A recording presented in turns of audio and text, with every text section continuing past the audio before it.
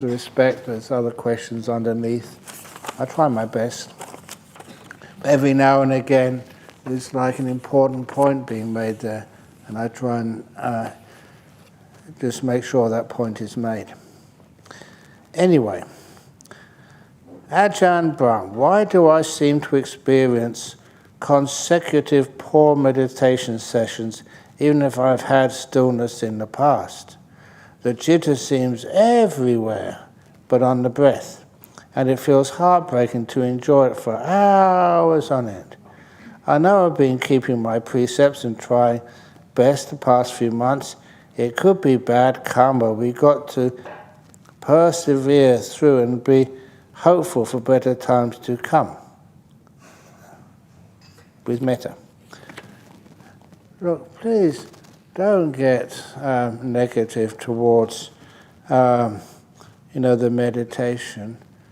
That consecutive poor meditation sessions, one of my first teachers told me, and I thought it was crazy, but I thank him a lot for this. He said there's no such thing as a bad meditation.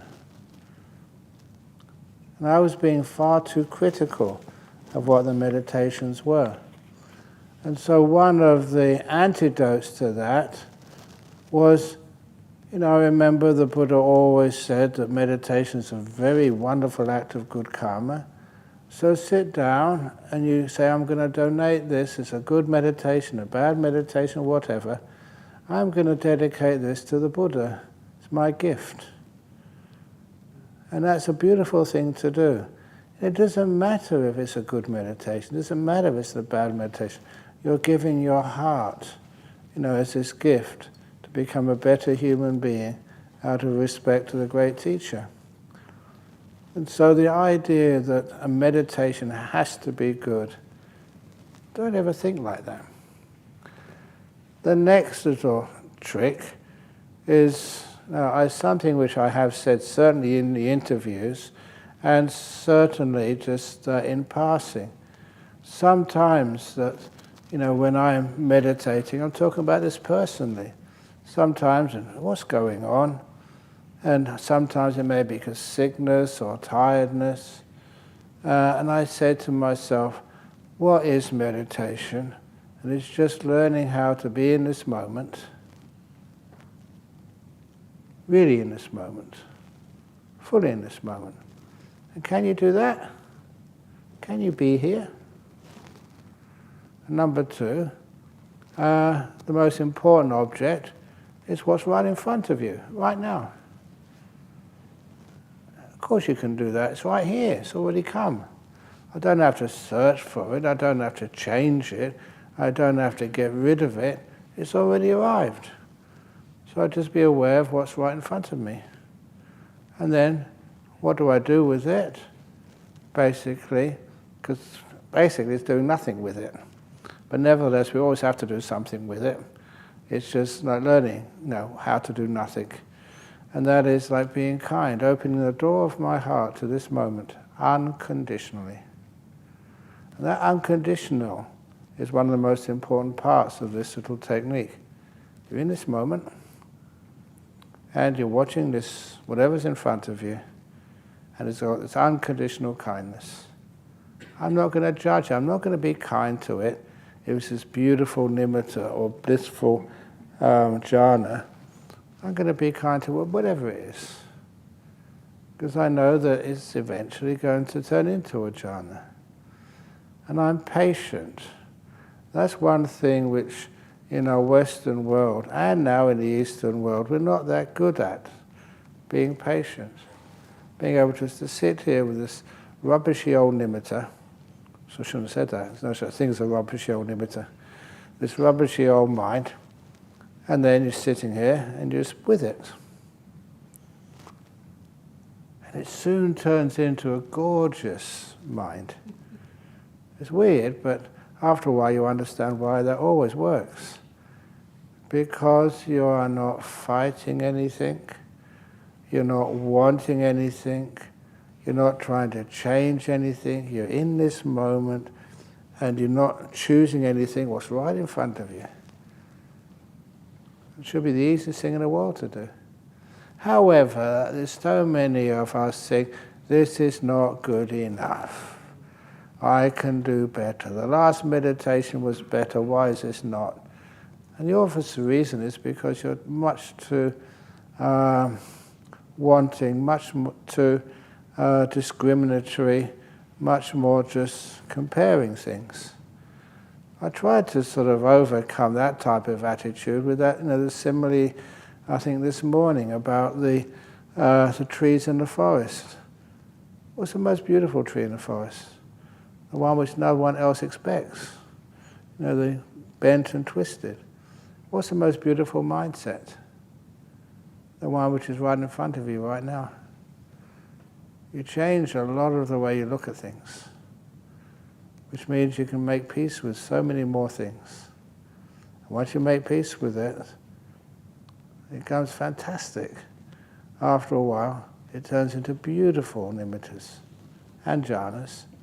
But if you wanted to do that, of course it doesn't happen. If you, like somebody said to me during the interviews today, they said, sometimes, I know that I should let things go. Come on, let it go, let it go, let it go. Why aren't you peaceful yet? Come on, let go. So, you understand what we're saying there. It's not letting go, it's using this as a device to get what you want. It doesn't work. But if you don't want anything and you let things go, you get what you don't want. You get bliss. You get enlightened. Enlightenment is not what you want. It's what happens when you don't want things. I hope you understand that. That was a great question. That's one of my best answers. Sadhu, thank you. Yes, I agree.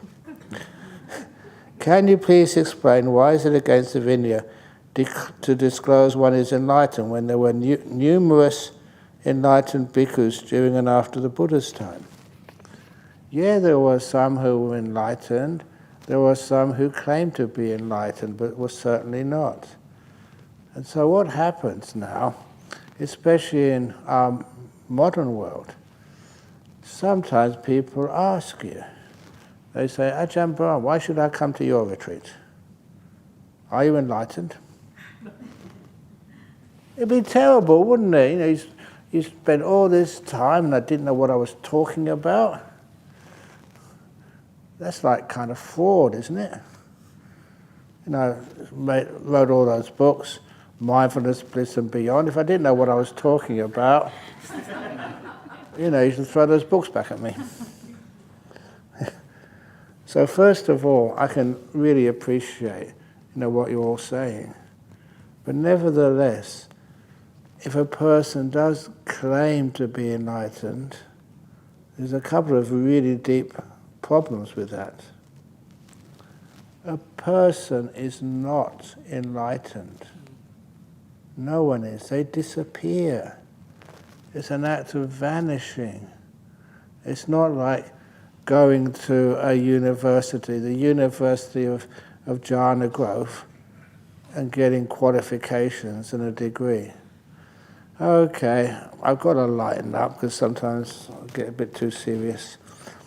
There was this very old lady in Sri Lanka some years ago, and she went into Colombo to see her sons, and her sons were really sort of kind and good to their mum, and they were also quite wealthy and very busy. And even though they like looking after their mother, it takes a lot of time, and they've got a lot of things to do. Life is very busy these days. So they came up with this wonderful idea. In Colombo, there was a little meditation group, and they'd do like a couple of months retreat. And what they thought, honestly, it gets rid of our mum for 2 months. She goes to the retreat and someone else looks after her. But also, it was, she was a very devout Buddhist, and this little group was getting a reputation for being, very, very good. They were all lay people, though. Even the teachers were lay people. And they were teaching the the retreatants in a very interesting way. They're not just like here doing interviews and giving talks and just meditation. They were also having like classes, in the Dhamma, and teaching things like dependent origination or Four Noble Truths, and teaching like in a modern way, where after the lesson was finished, you had to do homework, and you had to take some sort of exam, or at least some test. They would talk to you to make sure you understood it, one-on-one. And that way that you could learn some of the teachings and be corrected if necessary, and the teachers would understand just how well you understood what was being taught. And they would also very often just ask you what your meditation was, how long you were sitting, and what you saw, so they could assess your meditation at the same time. And after 2 months of this teaching, then they would assess you, just like any other class or university, to see, so you had some idea of how far you got. And for this old lady, after 2 months, they came up to her and they said, Auntie, that's what they called her, Auntie, we're so impressed with you that we looked at your progress in learning the Dhamma, understanding the Dhamma, and your meditation, and we unanimously agreed that you have attained to being a stream winner. You're a So One. And here's a certificate for you, a So One certificate. Now, becoming a stream winner, that's a really high attainment. That means you're not going to get reborn into any lower realms anymore, and that you only have a limited number of lives left in samsara. How many more lives have you got if you're a stream winner? Shush if you know the answer. How many more lives? Oh, come on. It's not 7, no. You weren't listening. You have 6 more lives, because this one is number 7. Like in Asia, I've gone over my 72nd birthday last August, so now I'm 73 in Asia. In Australia, I'm 72. And so when you say 7 lives, it means this one is number 1, the next one will be number 2, so you have 6 more lives. But it's an amazing thing. You understood the Dhamma enough that you will never ever get a birth in a lower realm, and you will also know, only 6 lifetimes left at most. Incredible. When they gave this certificate to this lady, she was really upset. And they said, Auntie, why are you so upset at us? They said, because you don't remember me, do you? I said, no, we don't remember you. And he said, I came here about 3 or 4 years ago, and you gave me a non-returner certificate. You've demoted me. Why? You can't demote people. Even giving certificates just shows that they don't know really what they're talking about. So that's one of the reasons why, if you start saying, you're a stream winner, you're a once returner, you're a non-returner, you're an arahat, it may sound nice, but it's total gomayang. And how do they know? Oh, I think this is a nice...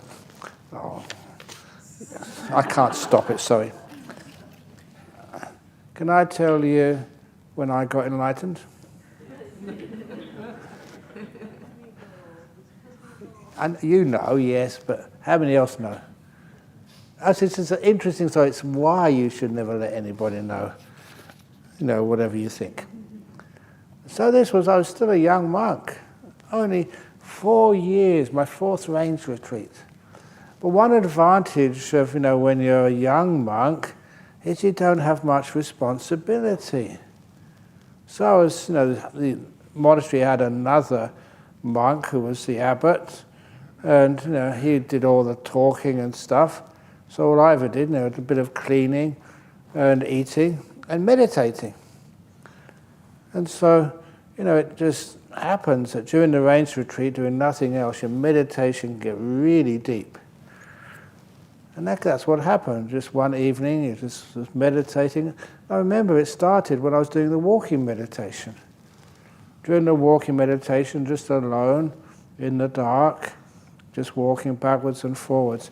And the mind gets so still and energized. You get all these incredible insights coming, just one after the other, really amazing ones, deep ones. And then it makes you just so energized and happy. You don't really want to go to bed, even though it's getting late. And then, as I was walking, then the big one came. A huge insight.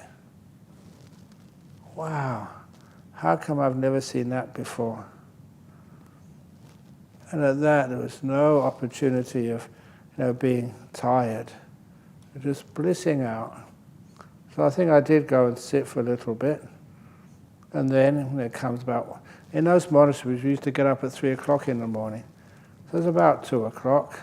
And I thought I should at least just stretch out of, kindness to a body which had been meditating for so long.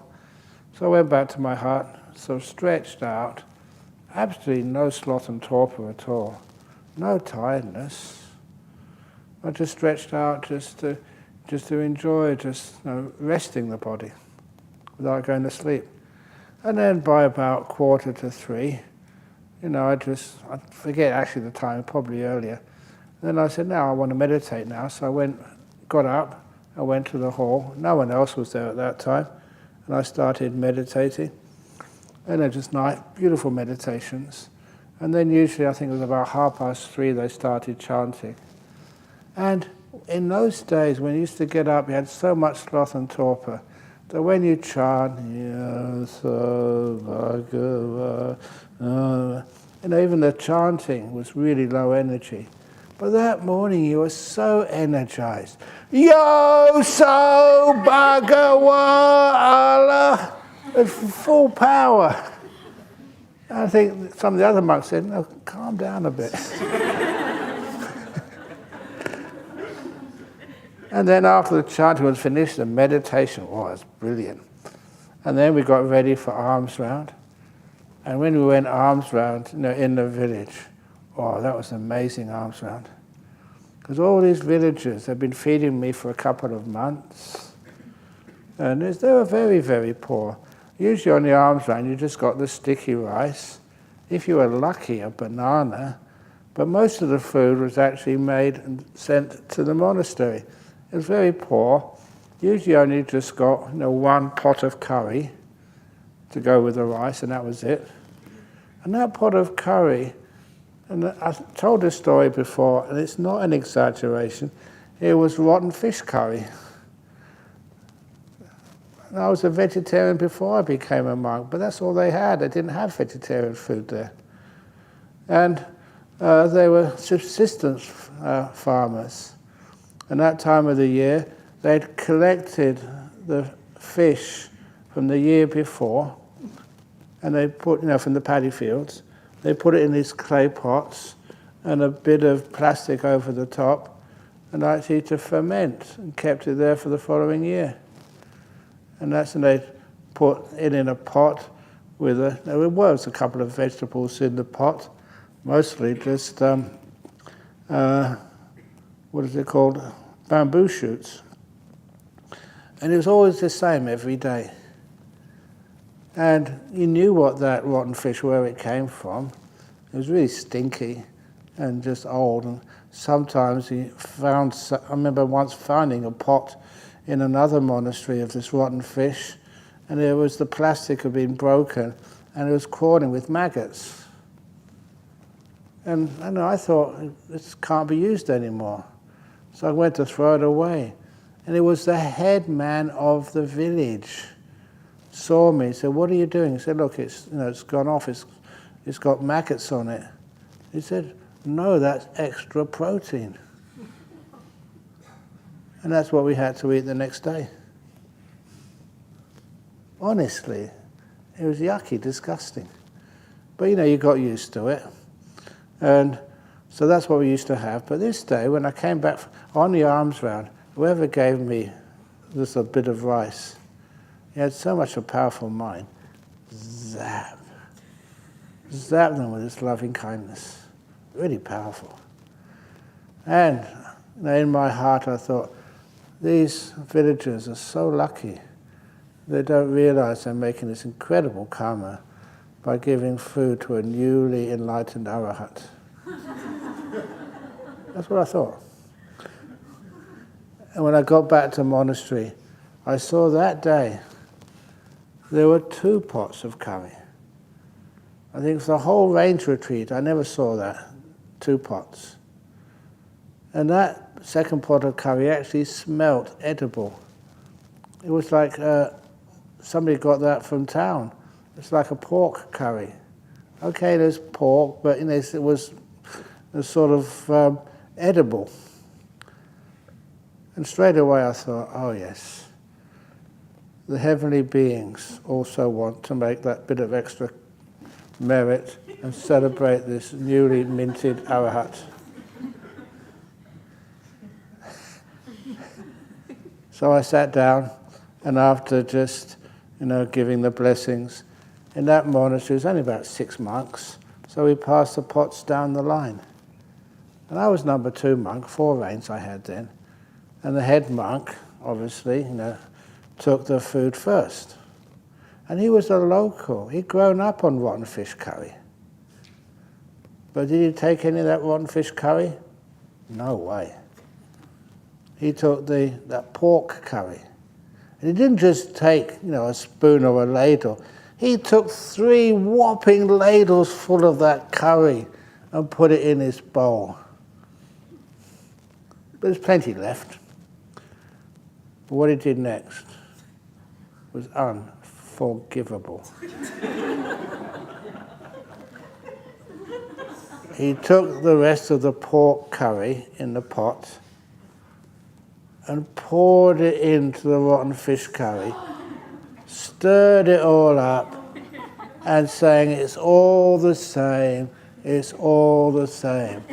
Mun gan lui, and I thought, if it was all the same, why did he take his portion first? And that really made me upset. But what really made me upset was realizing enlightened beings don't get upset. And honestly, that was one of the worst feelings as a monk. To think you're enlightened and find you're not. And after that, honestly, I didn't mind what I ate. I was so depressed.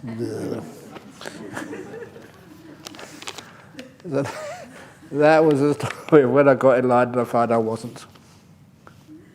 But that was a great lesson for me. How easy it is to convince yourself. Even you get so many amazing signs, understand deep Dhamma, and just no sleepiness, no sloth and torpor, 5 hindrances just not there, blissing out, having this incredible energy. But that's actually how you find out. And it's so easy to overestimate yourself. And I'm glad, I can tell you that story, and it's a wonderful story to tell, because a real monk doesn't go around claiming anything. They can claim they're not enlightened, that's fair enough. But if you do claim you are enlightened, you know what happens next? Or I don't think Ajahn Chah ever claimed he was enlightened. He had to find that out, and his disciples found that out by some of the stuff which he got up to. But I lived with him for 9 years, and it was only one occasion. Yes, he was an incredible teacher and very intuitive teacher. How we would teach Westerners. I was in the car with him, sitting in the back with this novice named Gary, and the translator, Pabakaro, he was an amazing translator, and Ajahn Chah in the front seat and the driver. We were going to the station for something, and Ajahn Chah just turned around to this man, Gary, who's only a novice monk, and he said to him, "You are thinking of your girlfriend, ex-girlfriend, over in Los Angeles, aren't you?" He said that in Northeast language, in Isan language, the local language.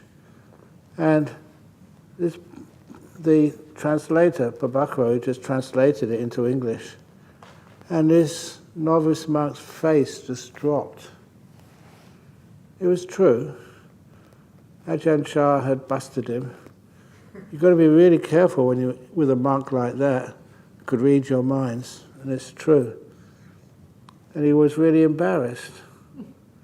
But then Ajahn Chah was such a compassionate monk, and he said to this novice monk from the United States, said, "Doesn't matter, I can help you. So next time you write to your girlfriend or ex-girlfriend over in Los Angeles, ask her to send you something of hers. Something personal. So whenever you miss her, you can take it out and smell it, and that makes you feel better." And when he said that, even I thought, I've never heard this before. Is that allowable? I've known that, my father used to say during the Second World War, sometimes the girlfriend would send a lock of her hair, or like a piece of a dress or something with a scent on it. So when you feel sort of lonely and you miss her, you take out that piece of cloth. Oh, that's my girlfriend. Have you heard of that before? I don't know if they still do that. That's kind of romantic. And I thought, and even Gary said, "Can I do that?" And oh yeah, yes. The next time you write to her, ask her to send a little bottle with her shit in it. You can't get more personal than that. And whenever you think of your girlfriend, open up the bottle. That comes from my girlfriend over in LA. Now that was because we were monks, but that works also in Dhammasara. If you miss an ex-boyfriend, ask him for a bottle of his feces, and then... But it did take that translator about 10 minutes to calm himself down. He was laughing his head off, almost falling out of the car. And that's like Ajahn Chah's. Like his wisdom, I'd never heard that sort of stuff before, but it really worked. Isn't that the case? I remember I had girlfriends when I was a layperson. Isn't it you give her a hug and say, "Darling, I love everything about you." Everything? Okay, anyway, so Ajahn Chah, these great teachings, but the one thing which really, personally, sort of made me sort of have full confidence that that monk was fully enlightened was, he always used to keep his private quarters private. It was like one novice would usually be his attendant and clean it up, and I wasn't his attendant novice. But one day I was hanging out around his hut, and then he just asked me, "Paramahansa, can you go and get something from his room?" And I was really excited. Now I could actually see his private quarters. When I went in there, it's almost like you burst out crying. There's nothing in there. You see how he slept. It was one of the grass mats, not a mattress, just a grass mat, a wooden pillow, very old-fashioned wooden pillow. And he had one, I think, spare robe on this line, and I think a book. And at that time, he was very, very famous, and all these very wealthy people were giving him whatever he wanted, and he had nothing. The fact that he was so well supported, but he kept nothing for himself, That meant more than anything else about Ajahn Chah's attainment, or Ajahn Chah's, depth of letting go of things vanishing. So, and he never claimed anything. And if you do claim something, what happens? Actually, a lot of people just had trust that he was fully enlightened. So what happened once, the first year I was a monk, and it was in Wat Pah Pong, he was, just sitting there waiting for the lunch. He went on alms round and got rice in the bowl, and then came the food, the usual, rotten fish curry, as usual. He had no choice, he had to eat it. And the other one was this other fishy curry called bone. I don't know what's in it, because the other monks advised me, don't ask what's in the curries. They did. They'll make it even harder to eat. So anyway, that day I was in the dining hall of Wat Pah Pong, and I looked through the window, and there was a ute, a pickup truck came, and had all these pots of food in the back. Sometimes that would happen, they would come from town, and maybe their birthday, or making merit for someone who passed away, and that food was actually quite delicious. And so they came out of their car, the driver, and came into the dining room, and the first thing he said was, "Is Ajahn Chah in today?" And he wasn't, he was visiting another monastery. So he got back into his car and drove off with all those delicious curries. I was only 23, 24 at that time, and we had rotten fish curry again. Because it is true, giving food to, or dana, to an enlightened one, you get so much more bang for your bucks. The karma you get from giving food to an enlightened being, that's huge. Giving food to just an ordinary person, that's just, well, it's good, but it's not that much. That's one of the other reasons why we keep it quiet, who's enlightened or not.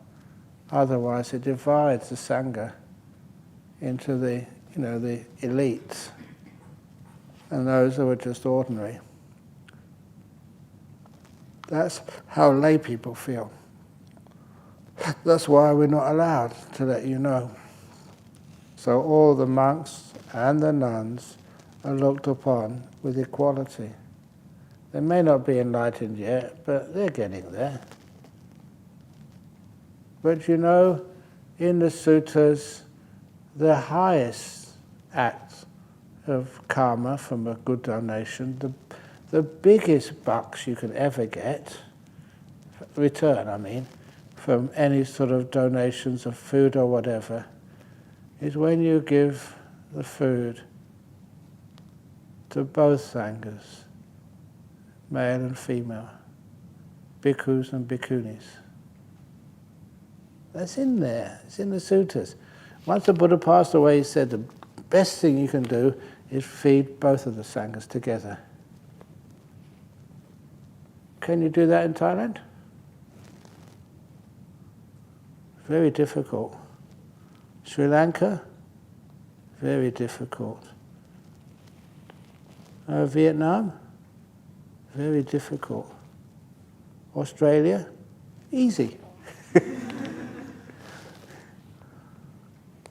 And that's one of the reasons why, when I understood that, I knew that was a great sort of advantage of having bhikkhunis and bhikkhus together. Biggest bang for your bucks. Oh my goodness, I'm supposed to be... So anyway, we don't need to say who's enlightened, who's not. It just creates an elitist part of the Sangha. And that has so many problems. Does that make sense to you? Okay. So how do you know who's enlightened or not? difficult to know. It's very easy to know who is not enlightened. In the collection of Ajahn Chah's talk, Food for the Heart, Ajahn Chah appears to use the phrase "not sure" quite often. What was this your experience? Why did he use it? Not sure is another word, mainer, of his rendition of anicca. Mainer is where you're sitting right now. Is it comfortable? Mainer. It may be comfortable now, 5 or 10 minutes. This type of meditation, is it really the best for you? Mainer. Your future? Mainer. That's what anicca means. You know, it's things which were once there which can vanish at any time. The uncertainty of life. That's why, you know, you look at somebody's palm. I told that story already. What's my future going to be? Can you predict my future? Yes, I can predict your future. Each one of you. Your future is mainer. Are you happy with that? Because your future is work in progress. You're building it. It's not predetermined. It's not destined. You know, somebody, they respected me and they wanted to give me a special gift on my birthday many years ago. And what can you give like a monk on his birthday? You know, you just don't want anything. So he came up with this really good idea. He was like Malaysian, quite wealthy. So he went to one of these fortune tellers, paid them a lot of money to get my astrological horoscope for the next year.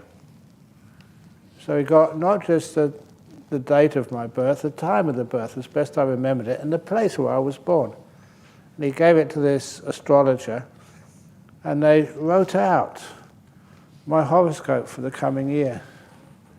And he said, I paid a lot of money for this, he's told me, and this is my gift for your birthday.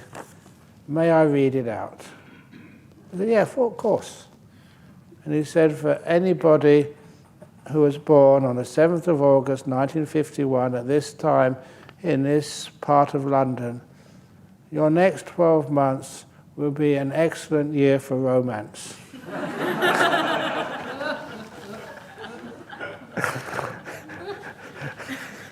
It was crazy. But that's actually what this astrologer wrote. It wasn't right. I'm still a monk.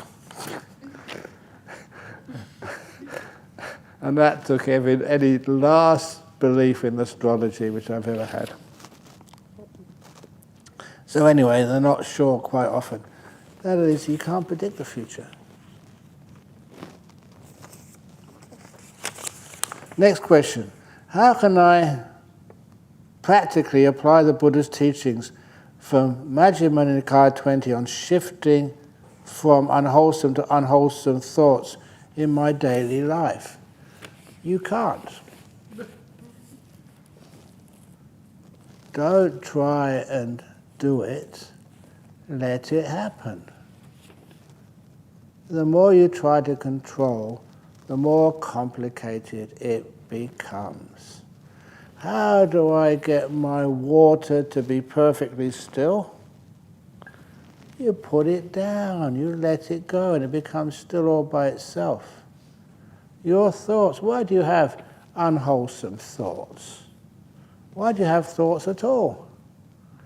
I know how I had too many thoughts, because I kind of remember at school, you know, my lay name was Peter, and they would ask, Peter, what do you think about that?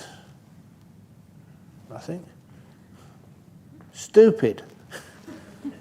They called me stupid when I never thought. They were totally wrong.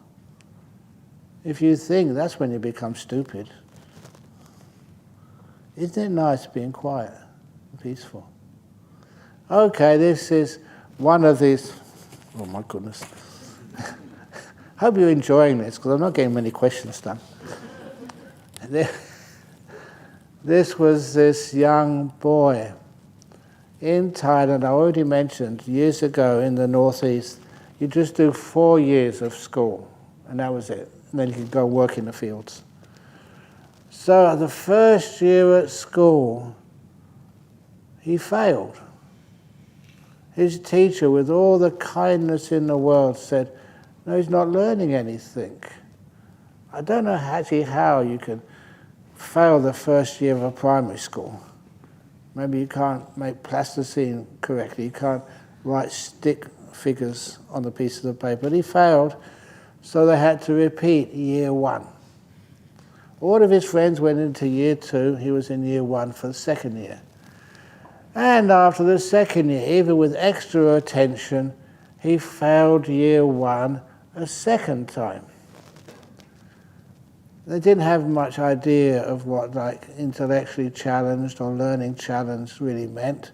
So they tried him for 3 years and he failed again. Now what can you do with a young man who fails the first 3 years of school when there's not any sort of psychologist or psychiatrist can adapt a program to allow him to learn much better?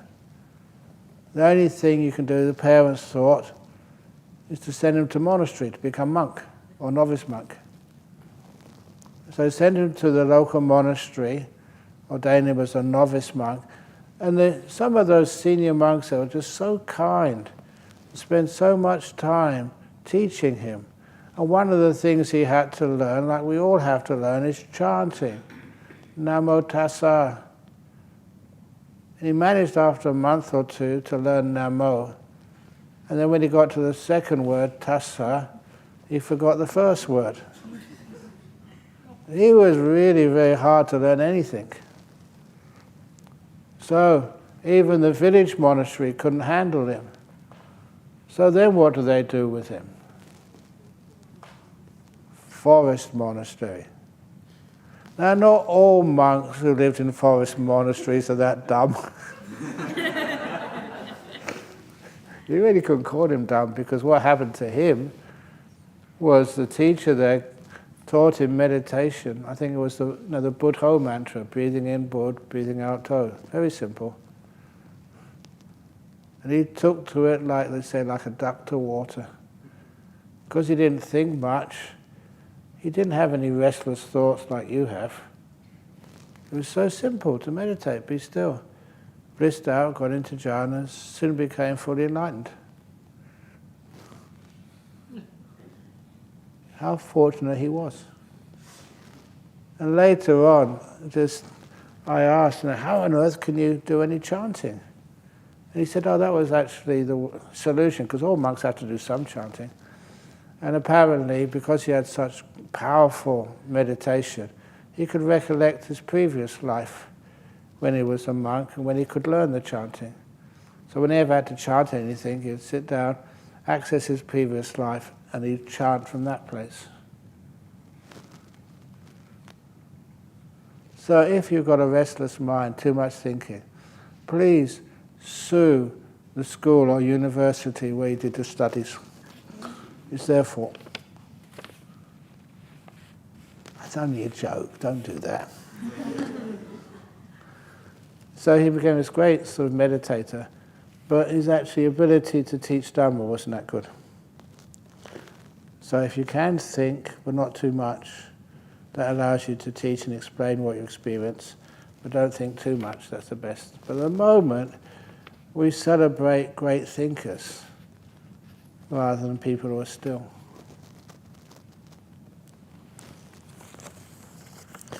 Oh my goodness. Okay, I'll try and give short answers maybe. Dear Ajahn, I am scared at the ghost stories. If you have to tell another one again tonight,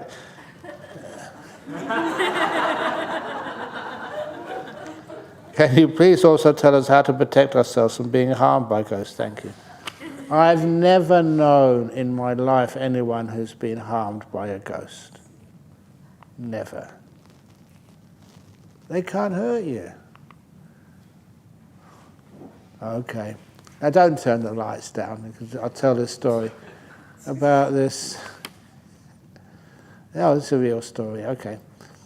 This is, I went to her house in South Perth just about a week or two ago.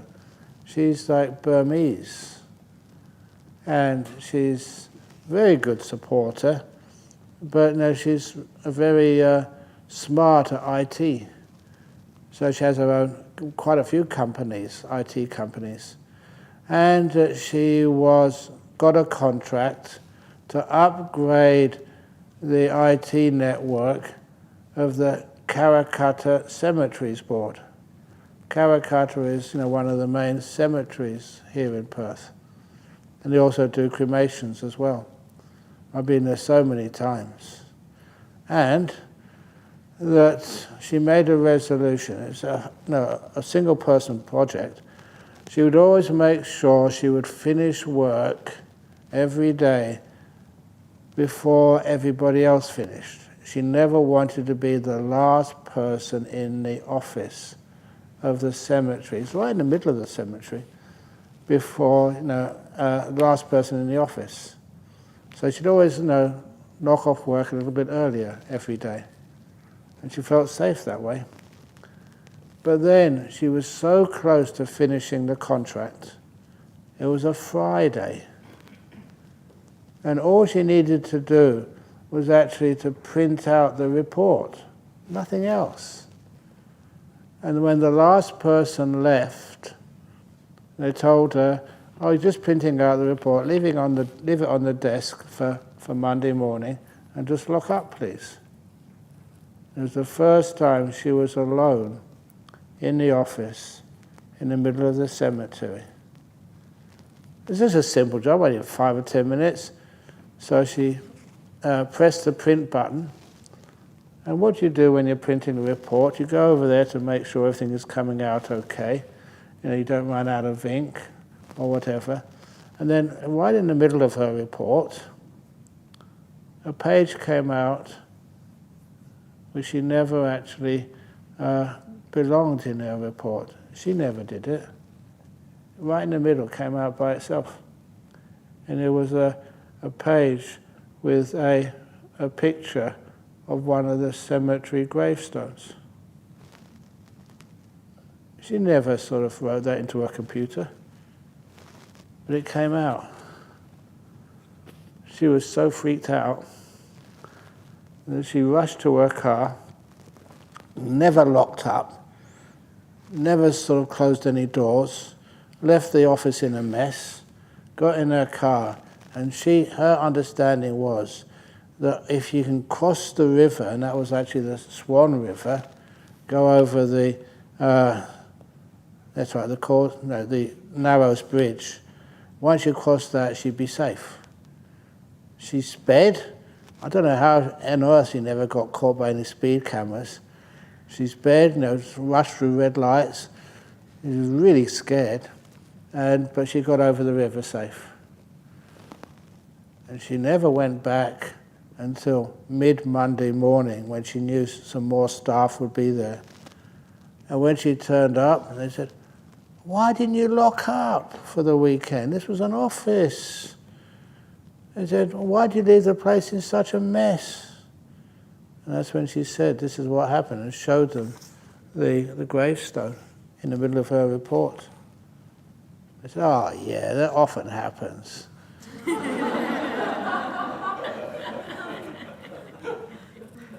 And sometimes they prepare for a meeting in the morning on a Monday, and they lock up when they go there on a Monday. Prepare for the meeting on a Friday, but when the meeting is supposed to be on a Monday, they go in there and it's all a mess again. No one has been in there, just the ghosts hang out there and play around.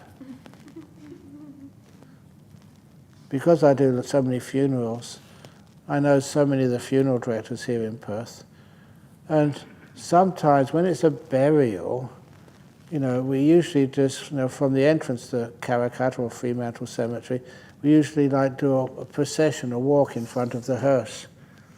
And this was it was actually a Chinese Buddhist who passed away. And so I knew where the Chinese portion of the cemetery was a long way from the entrance. So we had a bit of, I shouldn't say this, time to kill. So I was talking with the funeral director, who is a woman, and I said, "Now, how long have you been working as a funeral director?" And she said, "About 20, 30 years. She was about to retire." I said, "Oh, great. Can you tell me some of the scariest stories you have about, working in the funeral industry? Do you see the ghosts, in the funeral parlor?" I said, "Oh, yeah." You know what she said? She said sometimes, because she was a boss, she had to work late. And when she was in her office, sometimes she kept the door open, and then there's no one else around. Sometimes this guy would walk past, and she recognized straight away that was one of the people who had died, who was in the coffin, and had just got out for a bit of a stroll. I said, "What do you do?" "I scold him. Get back in your box."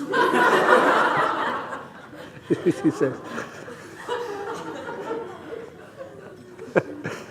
They don't ever harm you, they just mess around and scare you. Give you some really nice stories. So if you ever see any ghost, that's what you do. Get back in your box. In your coffin. Anyway, you say, "Oh, sorry," you said, "if I have to tell another one again." Well, you invited it. Dear Ajahn,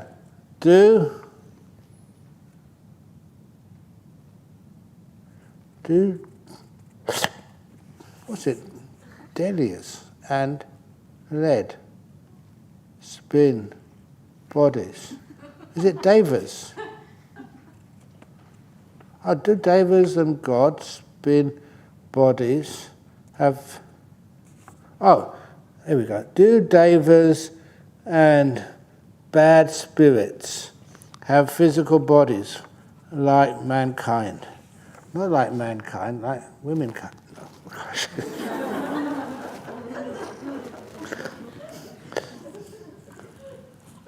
Devas and spirits have physical bodies like humans.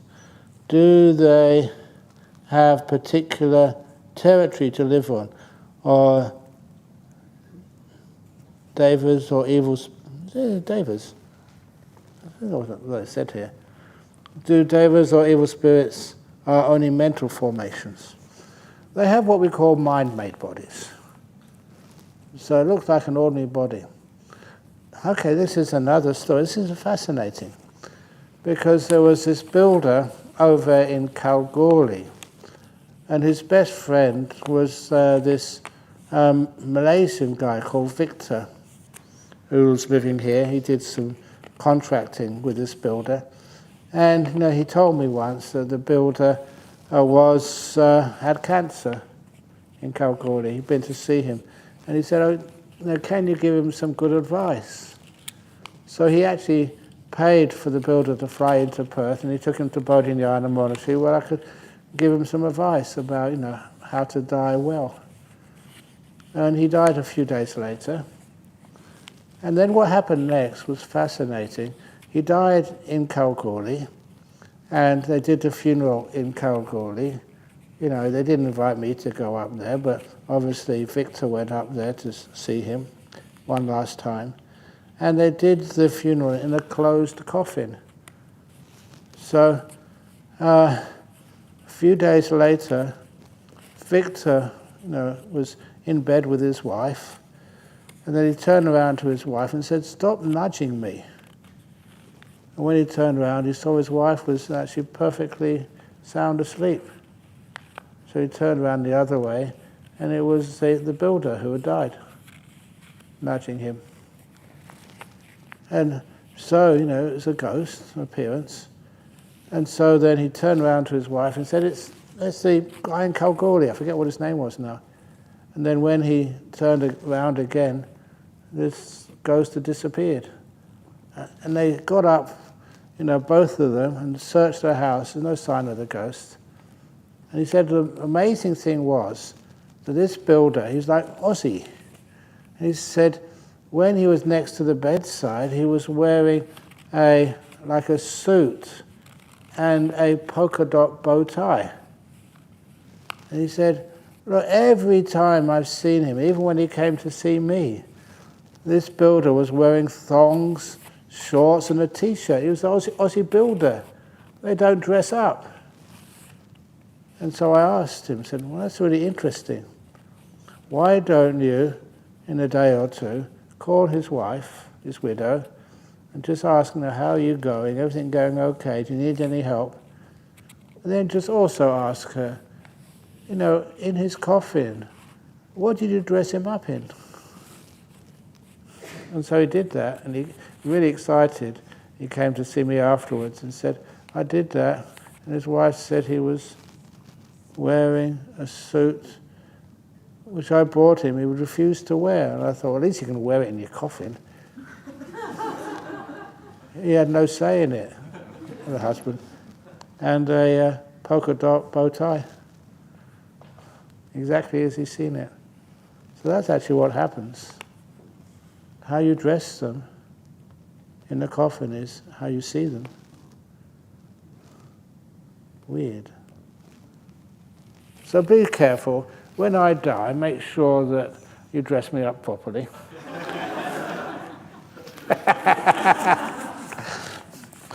Okay. Dear Ajahn, it seems the most... So it's like a mind-made body, and just your last pieces of clothing. Oh, so I can't resist telling stories.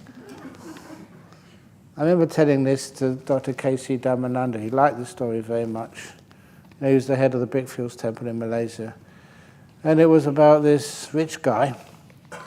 And when he got very sick, he told his wife, please bury me naked.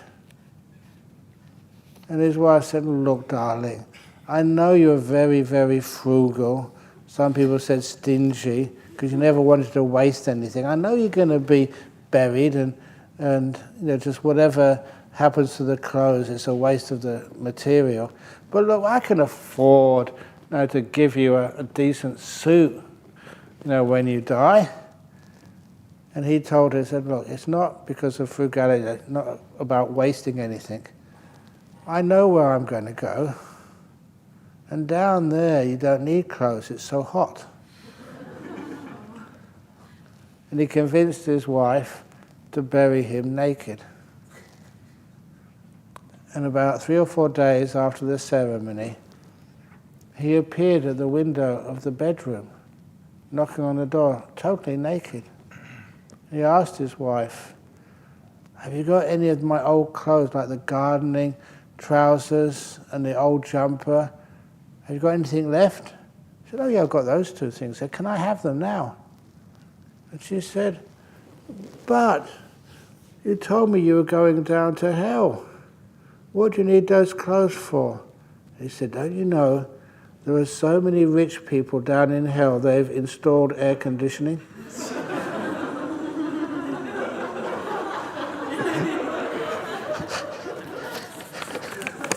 Okay, enough ghost jokes. It seems the most difficult thing to do is to forgive. I hope you can forgive me for wasting time on stupid ghost stories.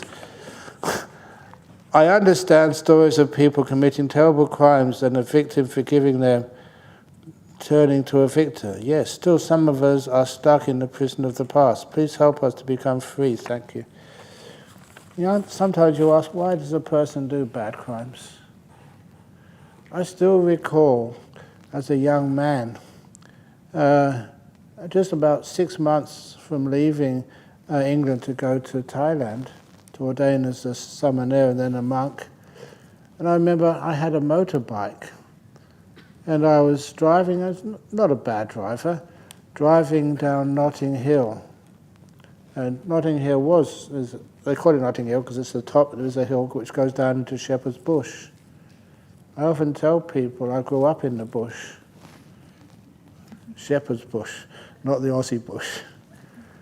But as I was driving down there. There was a car in front of me, keeping a safe distance. But then somebody walked out onto a pedestrian crossing, and the car in front of me braked very suddenly to avoid the pedestrian. And I was behind it. I also put the brakes on. There must have been some oil on the road because I got into a skid. And I remember so clearly, just almost like about to hurtle into the back of this other car. And I had this split-second choice.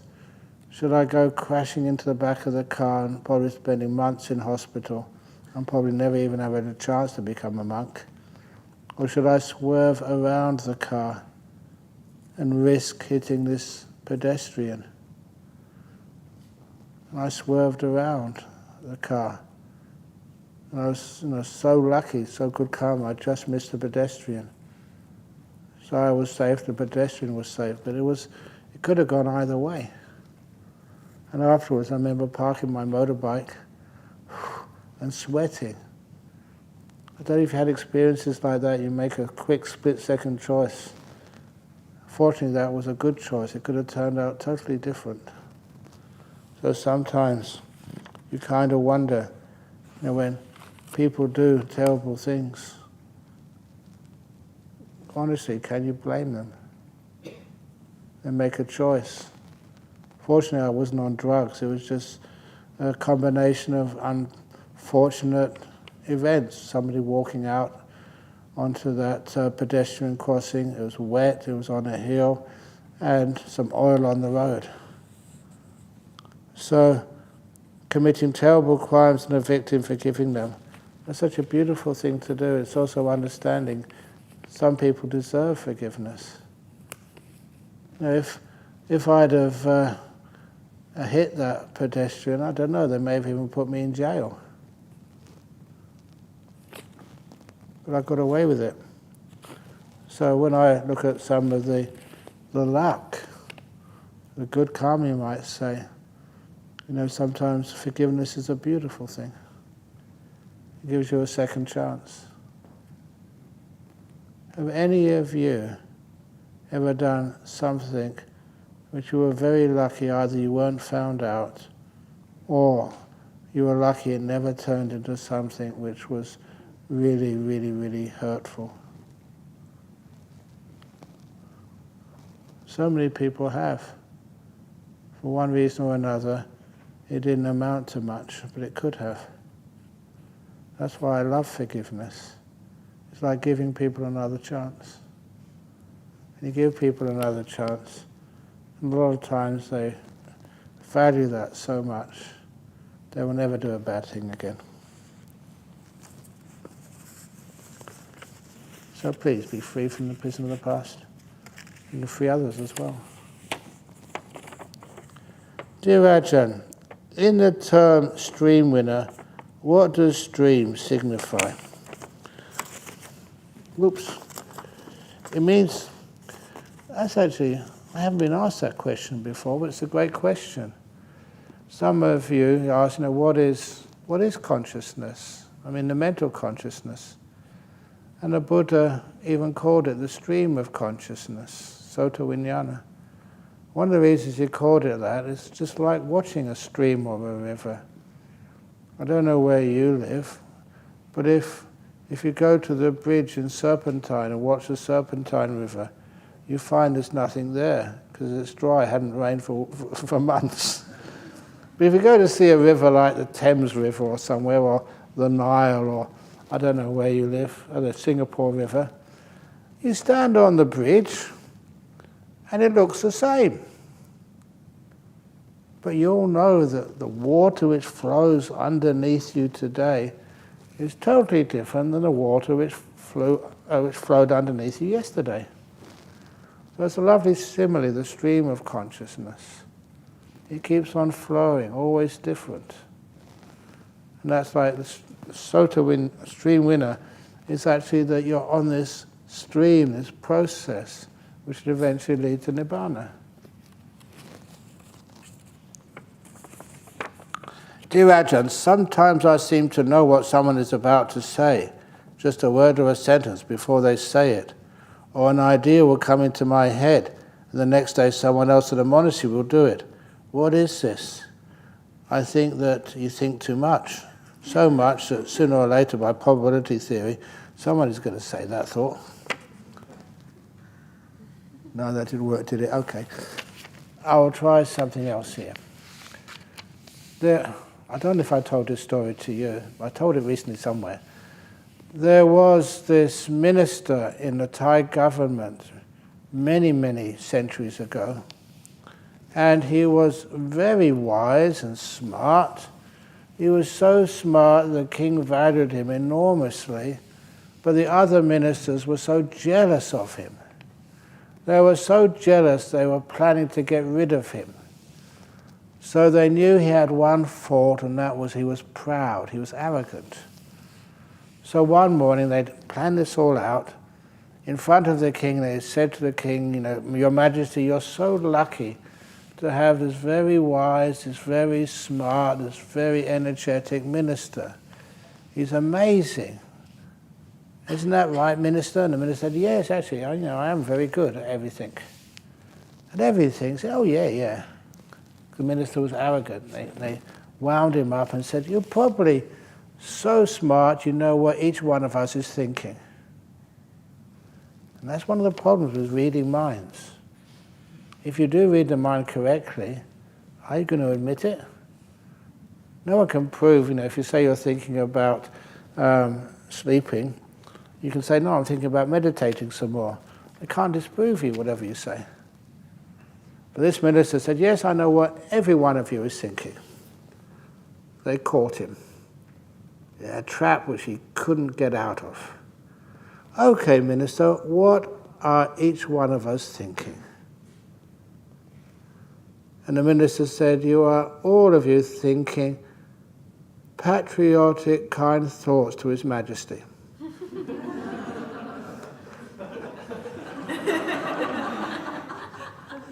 They had no choice. They said, oh yeah, amazing, that's correct. If they had said the truth, they'd get their heads chopped off.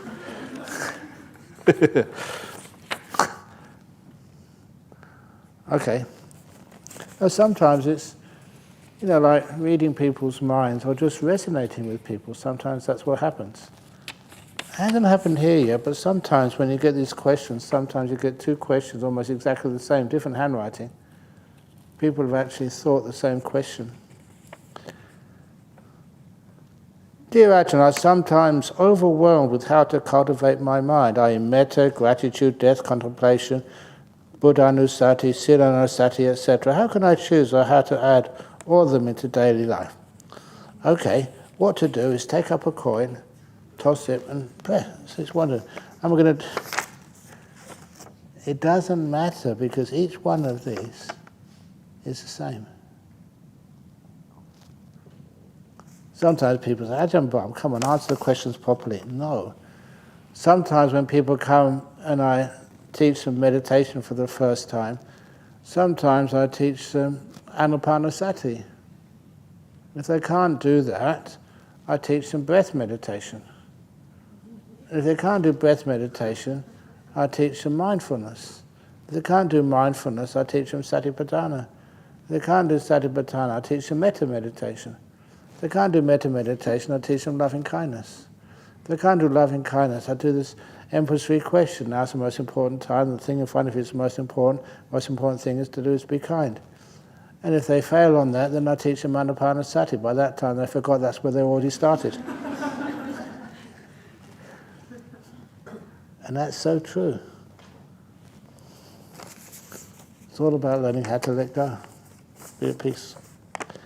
Dear Ajahn, regarding mudita, does it also apply to rejoicing in another being's worldly success and happiness despite their huge ego and pride? What is the deeper meaning of mudita?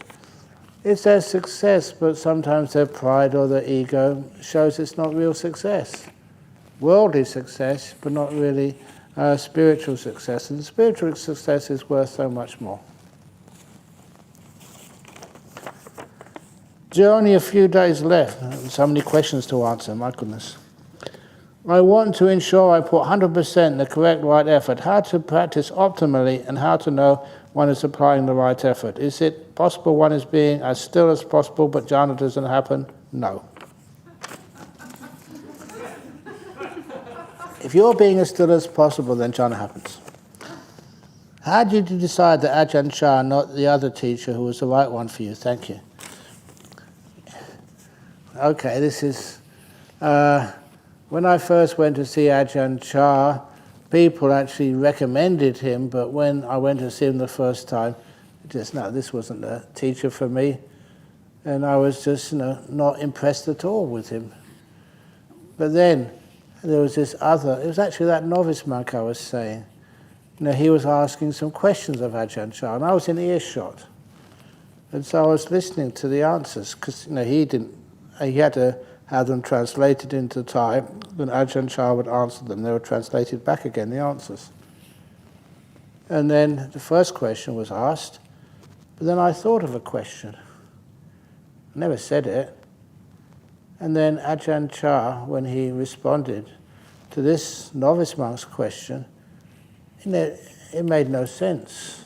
Ajahn Chah's answer to the novice's question, but it made total sense as an answer to my question. And this was weird.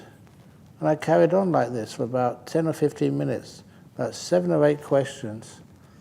And Ajahn Chah was answering them, really quite good answers. And the question this American novice was asking, Ajahn Chah's answers were stupid. They meant nothing at all. They were irrelevant. I remember asking this American novice afterwards, so what do you think of Ajahn Chah's answers to your question? And he said they made no sense at all. He was reading my mind and answering my questions. And that was really inspiring.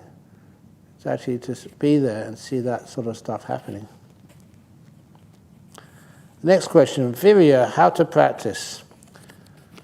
Again, I think I mentioned this, but I never emphasized it yesterday. Virya, the first part of that word was viro. Is like, viro is someone who sacrifices, a hero, who gives up everything for, supporting his king or supporting his country. It's a sacrificial effort, not an effort to gain something, but an effort to lose things. Can you give instructions or explains how to do metta bhavana in a way that can take you into jhanas? You can do metta bhavana. One of the best ways is you get the metta going and then you disembody it. It's not coming from you. It's just loving kindness. You don't own it. And when you give it, you don't give it to this person or that person. You don't even give it to everybody. It's just where it just goes. And then it usually turns into this beautiful nimitta. Loving kindness is really fun to do. You really get into it and you really enjoy it. The last meditation of the retreat, as I usually do, although it's uncertain, but I'll try my best to keep my promises, is like a loving kindness meditation. Many of you have experienced me doing that before, and it's one of the most beautiful endings of the retreat. You find you really get into it. There's a lot of happiness there. And when you do this loving kindness, it's pretty easy to generate that kind of happiness. And then you hear me saying, imagine it like this golden ball of light, inside of you. And if you really get into it, that golden ball of light isn't inside of you, it's not outside of you, it's separate from you. It becomes a nimitta. And it's usually so gorgeous that it's pretty easy to stay with it and go inside of it, and that becomes a jhana.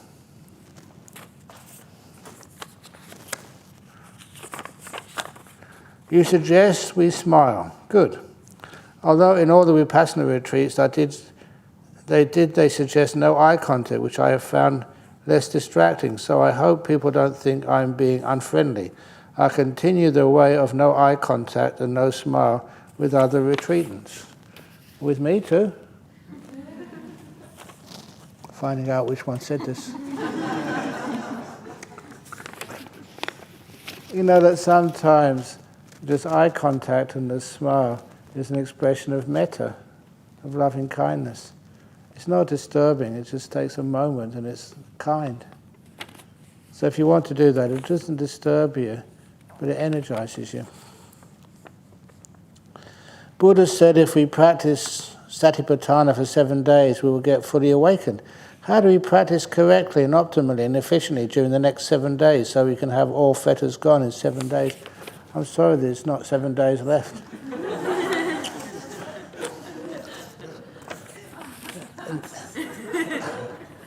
When I first read that, I thought, that's a great question, because the Buddha doesn't sort of tell lies.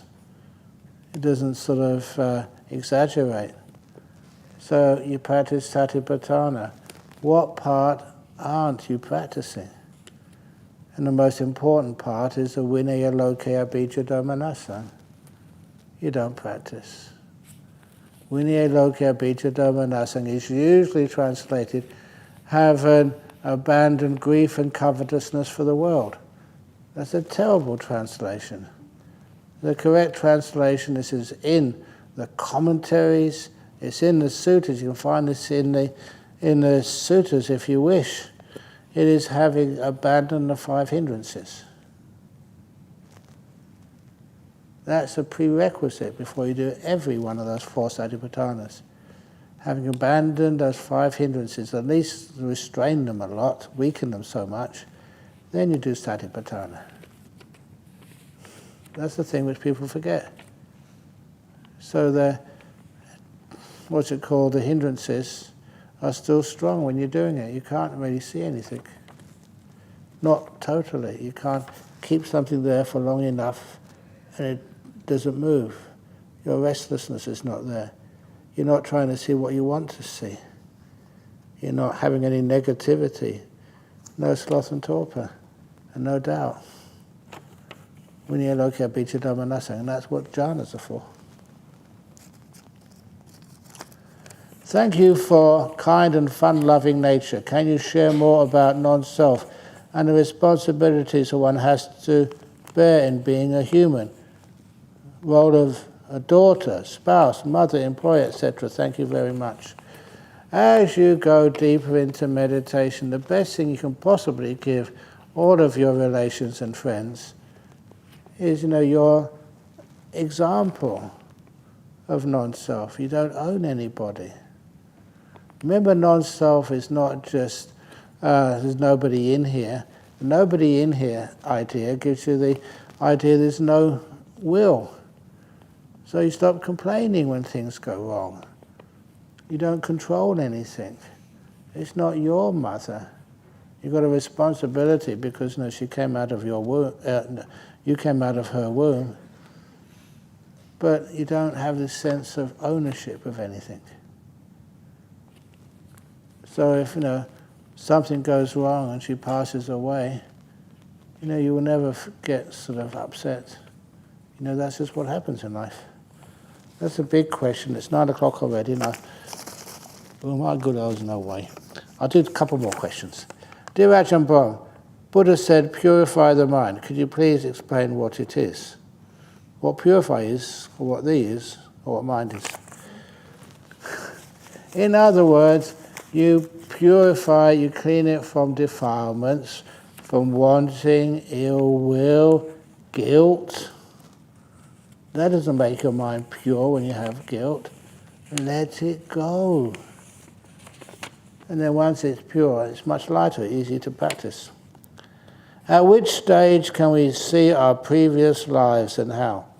After you emerge from a deep meditation, it's usually just either nimittas or jhanas, it's much easier, that the 5 hindrances are weakened, and then you can ask your mind, what's my earliest memory? When you do that, that this is why I can't tell too much, but sometimes you get these early life memories as a baby. One of the ladies here, she was, not here, but in a previous retreat, was doing this, and she got a very clear vision. It's like re-experiencing it. It's not just like a memory like what you had for lunch today.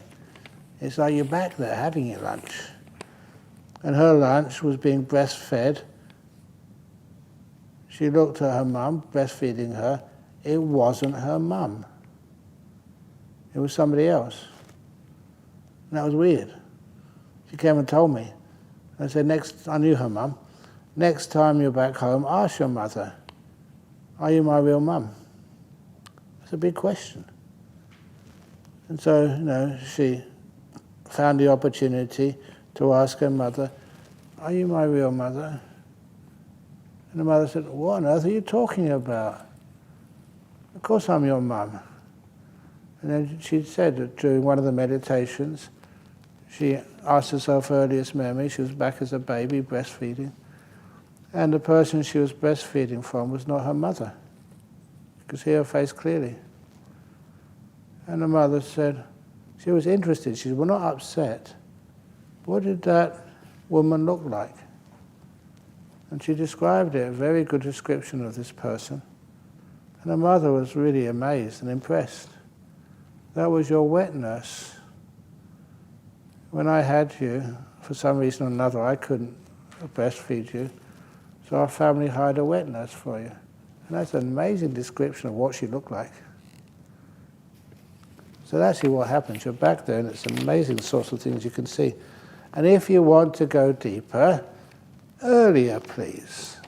And if you get to a very emotional, difficult state, remember the emotional problems you have in life are very profound. It's a very strong memory, in your mind, not your brain. And so if you get to one of these memories which is very unpleasant, please say, earlier, please. And this time you just go earlier back, when much of that pain is not there. What it's doing is actually, you have some control about what you remember, what you don't remember. So you don't have to be afraid, because a lot of times people get these death memories, and they're dying. The death itself is okay, but the dying, the process of ending, your life ending, is often very difficult. So earlier, please. And if the mind is ready for that, the 5 hindrances have been so weakened, then the mind just does what you ask it. You just go back earlier. Why is it so difficult to see the danger in sensuality? Because you've got nothing else to replace it. If you see the beauty of things like jhanas or nimittas, it's like, why on earth would I ever want to get lost in sensuality? The Buddha's simile, there was this creeper, like vine, in the forest in the time of the Buddha. And then he said, these 2 trees were talking, and one of the trees said, look, you've got that vine around you. He said, what's wrong with this vine? It's nice and soft. It's really thin. If I want to get rid of it, it's so easy to do. And so, no, it's nice. And so over the days, the vine got thicker and thicker, and thicker and thicker, until the tree couldn't discard that vine at all. And eventually that vine got so heavy, it pulled the tree down. That's why sensory pleasures, at first we think we're in control of them. But after a while, they control you. One more question. I'm 9:05, sorry. Can you explain about Khanika Samadhi, Upachara Samadhi, Appana Samadhi? Khanika means momentary stillness. Every one of you has succeeded that. I've seen you still just for a second, or less than a second. So you've all achieved Khanika Samadhi. In other words, Khanika Samadhi doesn't mean anything. You never find that term in the suttas at all. It's a meaningless word. It's what they call oxymoron, like military intelligence. The 2 words just are opposite to each other. Upachara Samadhi, that too is not in the suttas, but that's valid. That means on the neighborhood of stillness, usually regarding just right next door to jhanas. And the point is, if you're that close to jhanas, you're right next door to it, why the heck don't you go in? Because once you've gone into that jhana, when you come out again, the upachara samadhi you have afterwards lasts a long time. There's no hindrances are there. You're happy, peaceful, energized, and you get enormous insights there. Appana samadhi, thank you for using that word, because Ajahn Chah would never use the word jhanas. He'd always call it appana samadhi. It's the Abhidhamma term for jhanas, appana. It means actually you're in there. And samadhi is not concentration. It does mean stillness. Now you do this to me, so I'm going to do one more question, even though I said the last one was just that one. When people say a photo, they always say, just one more photo. Just one more photo. That's usually when they say one more, there's another three. In the opening the door of your heart, there was a story about two monks discussing fish in a fish tank and freedom and contentment. Can you please discuss this story, because I'm always going to be good tomorrow. Okay, this will be the last story. Please take these away. Don't let me get close to them. Don't tempt me. That was a very nice story. These two monks were waiting for dana at somebody's house. When they were sitting down, there was a fish tank, like an aquarium there. And one of the monks said, why do Buddhists have aquariums in their house? That's not fair to the fish.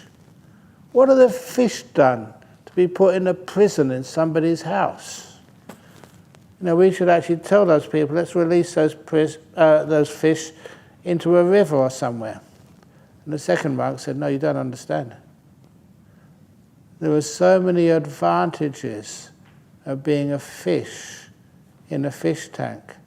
Number one, those fish will never go hungry, not like us waiting for someone to get round to feeding us. Those fish in the tank, they don't even have to make their food. They get like takeaways delivered to them every day. Those fish, in a fish tank, they never have to worry about violence.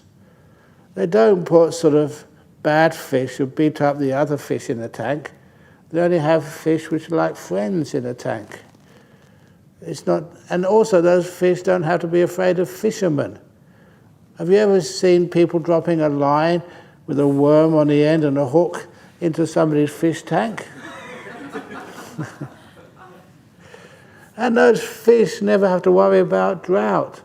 I was saying about Serpentine River, because it hasn't rained for such a long time, it's pretty dry. Those poor fish in that river, I don't know what they're doing. But in the fish tank, there's always water in there. And I know many of you keep complaining, oh, it's too hot, it's too cold, can we change the aircon? In a fish tank, it's always a perfect temperature.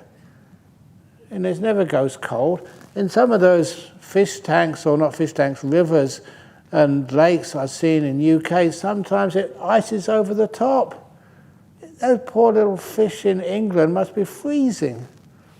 And also, healthcare. How much does healthcare cost you? Fish in a tank get free healthcare. If there's anything wrong with them, the owner goes and gets a vet or fish expert to find out why.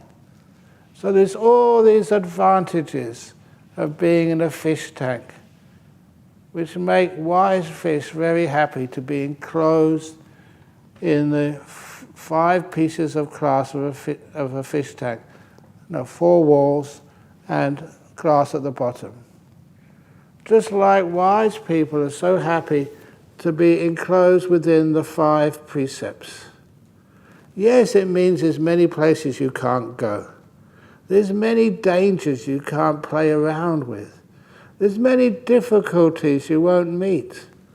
So sometimes people say, what's wrong with going down to a pub on a Saturday night? You might get beaten up. You might sort of not get home. There's all sorts of dangers there. If you stay in monastery or jhana grove, we don't have CCTV cameras over the gate. Please don't try this, but you can get delivery of pizza to the front gate if you're hungry tonight.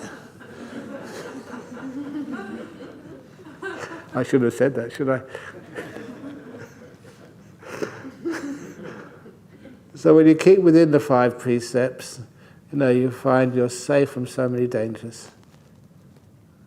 That's the story of the fish tank. So the monk was wise. Yeah, it's better to have, if you're reborn as a fish, get reborn as a fish in a fish tank, not in a lake. It's much safer. Okay. Oh my goodness, I was only supposed to be a couple of minutes, but it's 12 minutes past 9. Thank you for enjoying an extra 12 minutes tonight. It's not that much longer, but at least I got a lot of the questions finished. Not all of them, but many more than yesterday. Put them in here. Thank you for your endurance. Sadhu, sadhu, sadhu.